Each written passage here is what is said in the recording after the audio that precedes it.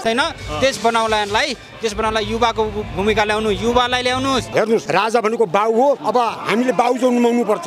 नारायणी दरबारमा ल्याएर बाउ जन्माउनु पर्छ। आफ्नै खर्चले आएको आफ्नै खर्च झन्डा किनेको हो। अवस्था र व्यवस्था दुईटै परिवर्तन हुनुपर्छ। यति बेला पहिलो म वृद्धहरूको आँखा खोलोस्, खुसी हुन्, सबै रहौँ र मेरा नेपाली दाजुभाइ कसैले मर्नु मार्नु कसैले पनि नपरोस्। प्रशासनदेखि लिएर भन्नुभयो बाउ जन्माउनु चाहिँ अहिले चाहिँ कसरी आयो बाउ जन्माउन राज दरबारमा राजा ल्याएर हालेपछि बाउ जन्मिएपछि 1477 जिल्लाका जनताको सेवादारी उहाँ हुन्। भाग्नुपर्ने बाध्यता भएको छ। युवा त युवाकै सँगै नारीहरूलाई छोराछोरीहरूलाई पनि पठाउनु पर्ने बाध्यता परेको छ। अनि यो देशमा छोराछोरी पनि विदेशमा होला विदेशमै छन्। गाह्रो छ हजुर। शान्ति सुरक्षा छैन एकदमै। कहिलेबाट परिवर्तन ल्याउने जनताहरू के भन्छ? भइरहेको छ, सुरु भइरहेको छ। हेरौँ हुन्छ नै आशा छ। कैलाश कुमार शाह कुन व्यवस्था भनिराख्नुभएको छ तपाईँले? संस्थाको राज संस्था यो देश कसले बनायो? कुन संस्थाले बनायो देश? एकीकरण नेपालीकरण कुन संस्थाले गर्यो? जस्तो अहिले देशलाई राज संस्थाको आवश्यकता हो। पार्टीको प्रधानमन्त्री कि देशको प्रधानमन्त्री हो? सम्झना पाइँदैन थियो, विकास थिएन भन्ने कुरा गर्छ। कहिले थियो? राज संस्था हुँदै के अरे शेरबहादुर प्रधानमन्त्री थिएन, गृहमन्त्री केपी शर्मा ओली थिएन, जलनाथ खनाल मन्त्री थिएन, माधव नेपाल संसद थिएन, गिरिजा प्रसाद कोइराला प्रधानमन्त्री थिएन, कृष्णप्रसाद भट्टराई प्रधानमन्त्री थिएन। कहिले थियो राज संस्था? बिपी कोइराला प्रधानमन्त्री थिएन? कहिले निष्कुस थियो? चलाएको यिनीहरू राज संस्थालाई कमजोर पार्ने हाम्रो धर्ममाथि प्रहार भयो। उहाँको मुखले उहाँले सबैले माया गर्नुहुन्छ। अहिले पार्टीले आफूले मात्रै माया गर्यो। हेर्नुहोस् हामीलाई बोल्नु पनि दिएको छैन, खानु पनि दिएको छैन। त्यसले गर्दाखेरि सबैको आँखा खुलोस्।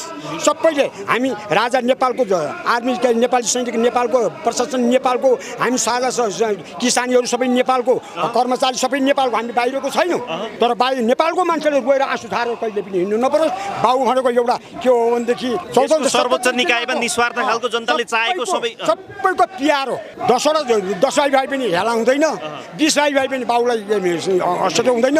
84 सम्म कुर्दा त खै देशै के होला भन्ने भइसक्यो कि मिसन 84 भनेर लागेकै छन् त कतिपय दलहरू। हैन त्यो त छ, तर त्यो भन्दा अगाडि देशै नरहला कि भन्ने स्थिति भइसक्यो कि 84 मा मजाले दुई ल्यायो भने त अब हुन नहुने कुरा जो चाहिँ त्यस्तो हत्यारा जानको हत्यारा त्यत्रो मान्छेलाई हत्या गर्ने मान्छेलाई चाहिँ उसलाई के भन्छ अदालतले सफाई दियो भनेपछि राणाकालदेखि छुवाछुत लायो, कलमा पानी खानु हुँदैन, हाम्रो धर्ममाथि प्रहार हो। अहिलेको नैतिक शिक्षा तपाईँ हामी युवावर्ग गर्नुहुन्छ, तपाईँ सन्तुष्ट हुनुहुन्छ? तपाईँ जुन मिडियामा काम गर्नुहुन्छ तपाईँको शैलीले अर्थमा के छु भने कुनै 2-4 जनाको पनि छ नि त भने फेरि कसको पैसाले? तपाईँ हामीको पैसाले नै, हामी तपाईँले करतिरको पैसाले नै हाम्रा कतिपय साथीभाइ हामी तपाईँले कुरा गरिराख्नुहुन्छ, राम्रोसँग मिडियामा डिबेट गरिराख्नुहुन्छ। तर हाम्रै दाजुभाइले कतिले 50 डिग्री सेल्सियसमा विदेशमा काम गरिराख्नु छ।